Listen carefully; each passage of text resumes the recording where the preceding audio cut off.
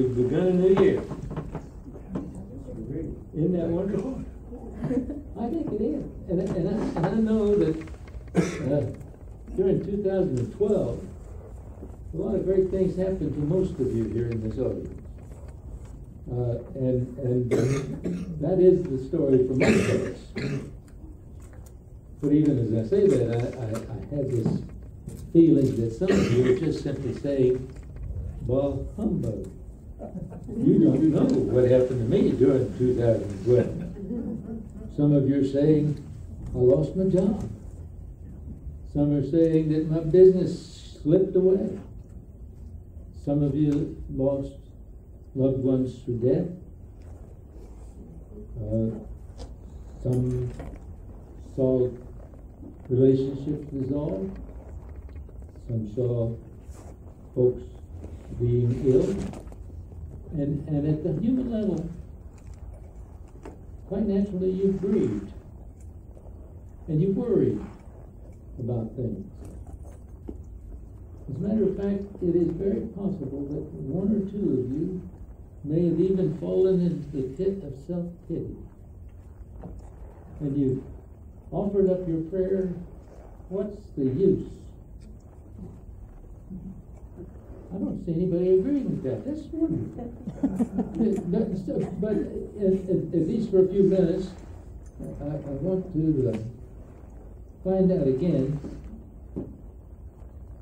I want you to find out what your use in life is. So the question for 2013 is, why don't you climb up on the highest pinnacle of life and breath and the body and joy and enthusiastic beingness? Why not do that? There is nothing keeping you from it. No circumstance, no condition, no edict to the past, nothing can keep you from doing that. Because it's all a means by which you use your mind. And you know you can do it. And you know that it's not only worth it, it's a whole lot more than that. It's the means by which you can remain happy. Or if you're not happy now, to get happy. And by the way, in 2013, you can be prosperous. And you can be prosperous more than at any other time in your life heretofore. I'll tell you what, that's pretty important. To be prosperous in it. In fact, Charles Fillmore went so far as to say, it is a sin to be poor. How about that? Yes. So if you're poor in disciplining your brothers and sisters and depriving them of being able to serve you completely, you need to be prosperous, don't you? I mean, if you've isolated yourself in some way, you need to be prosperous so that you can worm your way out of that place. So, in a real way, it'll make you better able to be the kind of steward that you really have always wanted to be in terms of providing honest, productive employment for other people, for being able to use your money wisely, so that all of the things that you have in this world can be used in such a way that it brings happiness not only to you, but to the people that you touch by it.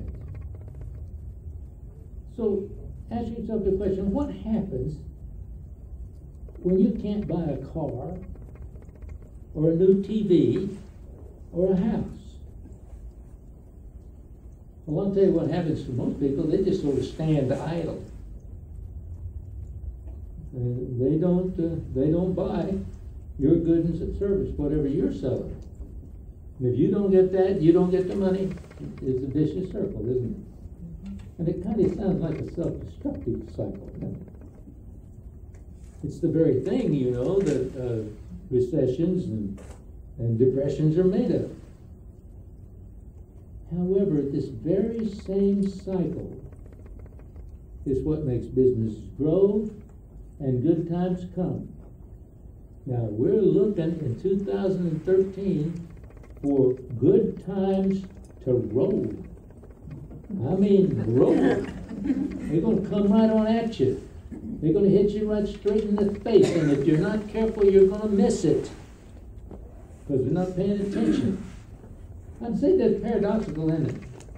That in this time of what others have called a recession or depression or whatever they called it, it is this time that you and I have the ability to determine for our lives whether it's going to be a recession or if it's going to be a resurgence of all that's good. You already know the answer, don't you? I sure hope so. The difference is a few people with a willing attitude, a positive faith, and working hands are going to get together and they're going to keep on producing stuff, and they're going to make it so attractive that we're going to want to spend our dimes and nickels and dollars on it, and we're going to do that. We'll keep the wheels of the economy just going to roll and keep on rolling and keep on rolling and get bigger and better, and everybody's going to benefit from it. Everybody, no matter who you are. If you don't believe that, just take a look at history.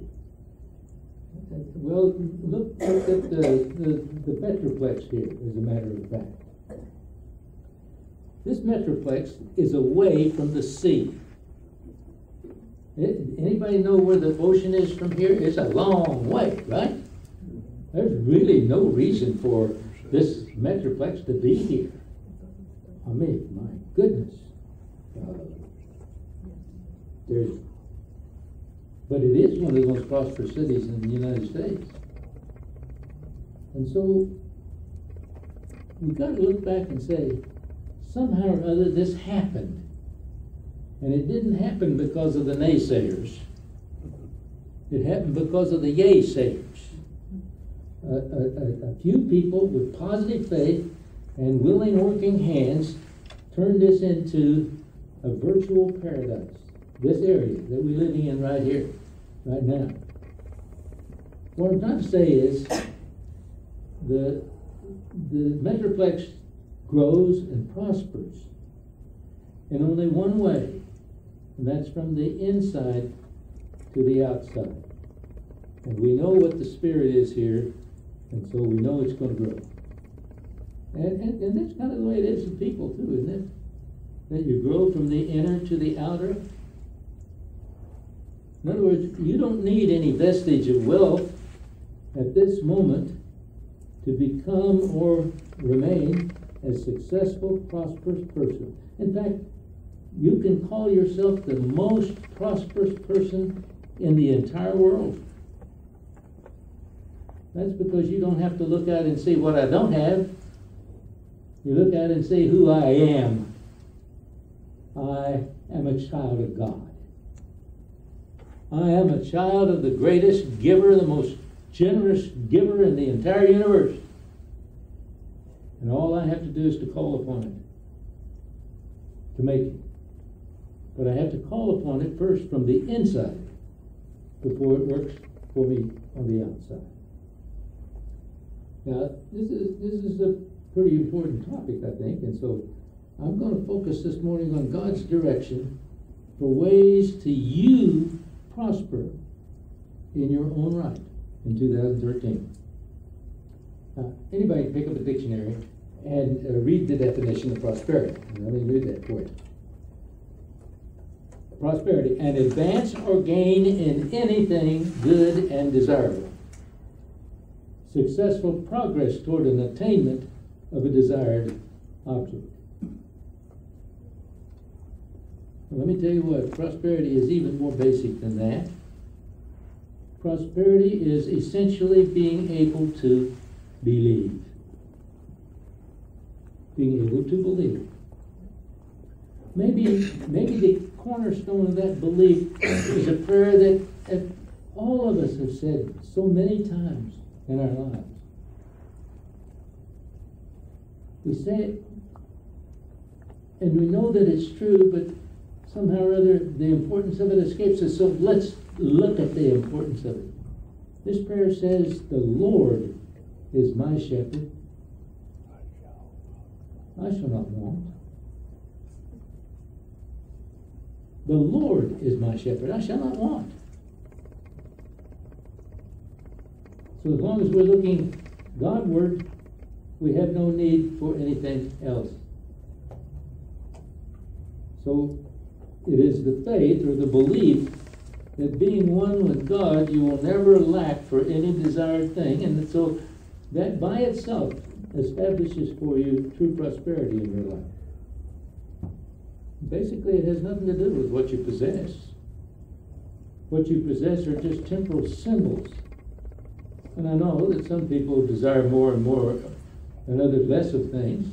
And either way, it's okay. If you want a whole bunch of stuff, you can fill your house up like some of these folks do. You know, have you seen these shows on the people that hoard everything? Can't get through their house for all the stuff they got, and still got the price tags on them.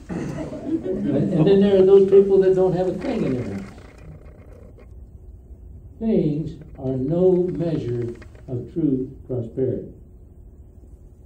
Your measure of prosperity is in your own personal recognition of God as your source of supply, and in the knowledge that God gives you free and open access to this inexhaustible storehouse, a storehouse in which all good things are held.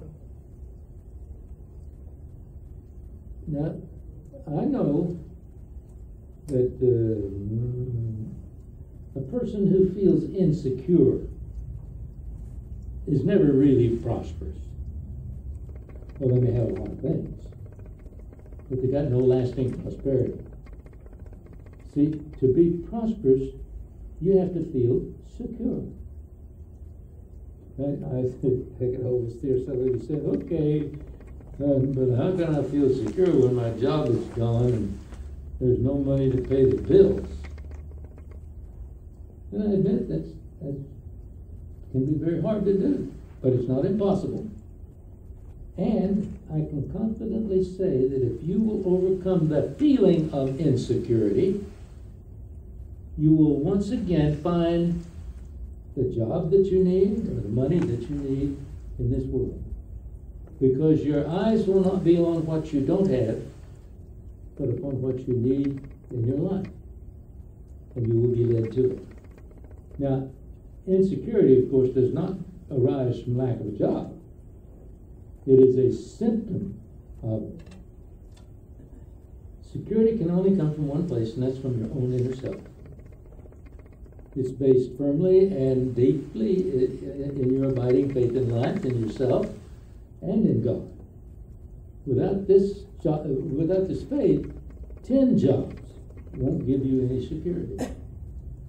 Don't you know a lot of people that come home every night wondering if they're going to be fired the next day?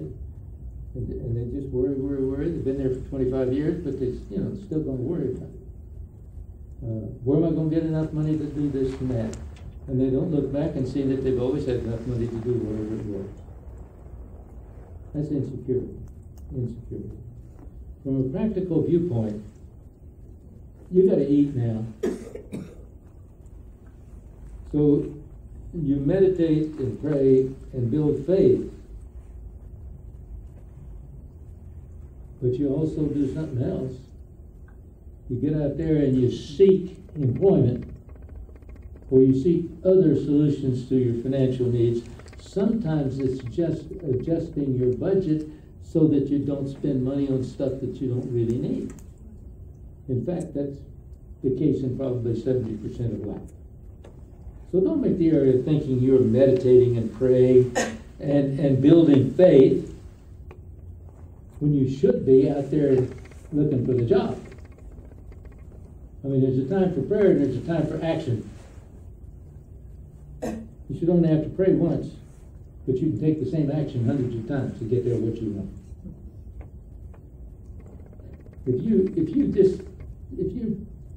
Well, let me tell you the story that Margaret tells, and I know I've told it to some of you before, but it's an example of the kind of meditation and prayer that's nothing but laziness, apathy, and negligence. This young man came to Margaret. He'd been coming to church for some time, and he told her, I just don't understand. He said, I have prayed, I have meditated, I have visualized, and I am affirmed that I am an engineer. But after 1 year of constantly doing that, I'm still not an engineer. No one would hire me, he said, to be one. In fact, most of them just laughed at me. Mark asked him, well, if he had an engineering degree. He said, no. Do you have any college at all? No. She asked if he had applied for work that would give him the experience leading to an understanding of the engineering principles. He said, no. All he wanted to do was to be an engineer. That other work that you're talking about is not necessary if there's anything to this metaphysics. Well, that's not quite the music or the words, but if you sit on your hands while food is passed at dinner, you're going to go hungry in the midst of plenty. Yes, that's right. I know that sounds stupid, but there are lots of folks who think that faith is something that's passive, that it's sweet, that it's the art of getting somebody else to feed me.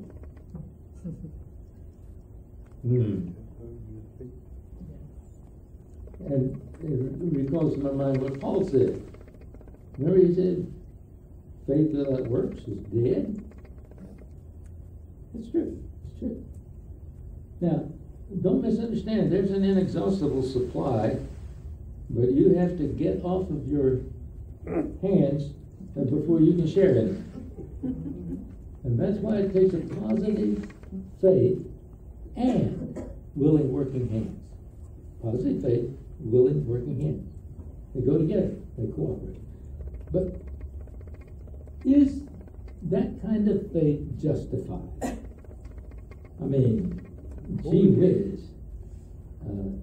Haven't a lot of good and faithful people been stripped of everything they have? They were doing nothing but good, and they lose it all. Haven't the most ardent believers been left forlorn by financial catastrophe? We read these stories of Ponzi schemes almost every day where church members and church bodies have lost millions of dollars to these guys that do their funny thing. That happens. It happens. And so it's hard to answer the question, for none of us knows the true inner belief of another person. But if it's factual, it still does not touch true prosperity. You can think of true prosperity as being the experience of peace, poise, happiness, security, and stability. And if you define it that way, then the loss of possessions can't disturb your true kind of prosperity. Cannot. Think of it this way. When you go to the refrigerator and pour yourself a glass of milk, you don't panic if there's no more or even any to fill your glass with. You look in the refrigerator and say, well, I don't got any milk. Should I panic? No. I know there's an inexhaustible supply of milk available at all hours of the day and night. Even 7-Eleven's got some at 11 o'clock or more. I mean, there's milk out there. It's just you haven't gotten it for yourself. You haven't used the willing hands to get the thing. See, so for the person of positive faith, it's the same in every one of life's circumstances. If one business fails, there are others, or other means of livelihood that can be satisfying to that person, perhaps even more satisfying. In other words, the passing on of possessions to another is not a loss, it is merely an act. Most of what's needed is always available from the inexhaustible storehouse of God. But once more, the challenge is offered to you in the terms of whether you have positive faith and whether you have willing, working hands. Oh, there is this idea that if I give somebody something, I should give something of equal value in return.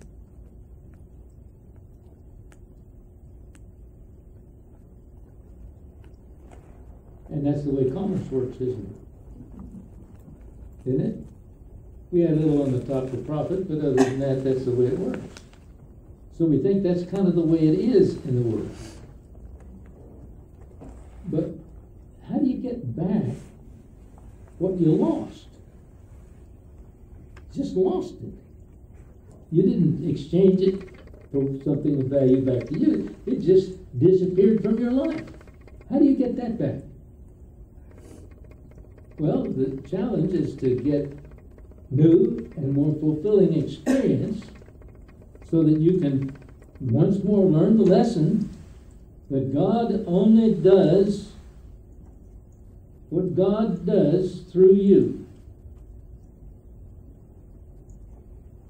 God only does what God does through you. God gives you the ideas, gives you the inspiration, the guidance, and you take those rich thoughts and you become enthused with them. Enthused. Do you know what that word means? Enthused? It comes from the Greek entheos, which means to be infilled with God. You become enthused. And in a way of enthusiasm, you can create, share, and serve. You never take anything from anybody without their willing consent, and then only you give a full measure of return service or product. Now, we're not talking about oil wells and skyscrapers. You can give it of yourself, just by yourself. There's a little poem by George Allen who says, giving nothing of yourself to others, and eventually very little of yourself will be worth having. Yeah. And Edgar Guest summed up this idea of greatness, and I've had this for years. I love this little poem. We can be great by helping one another.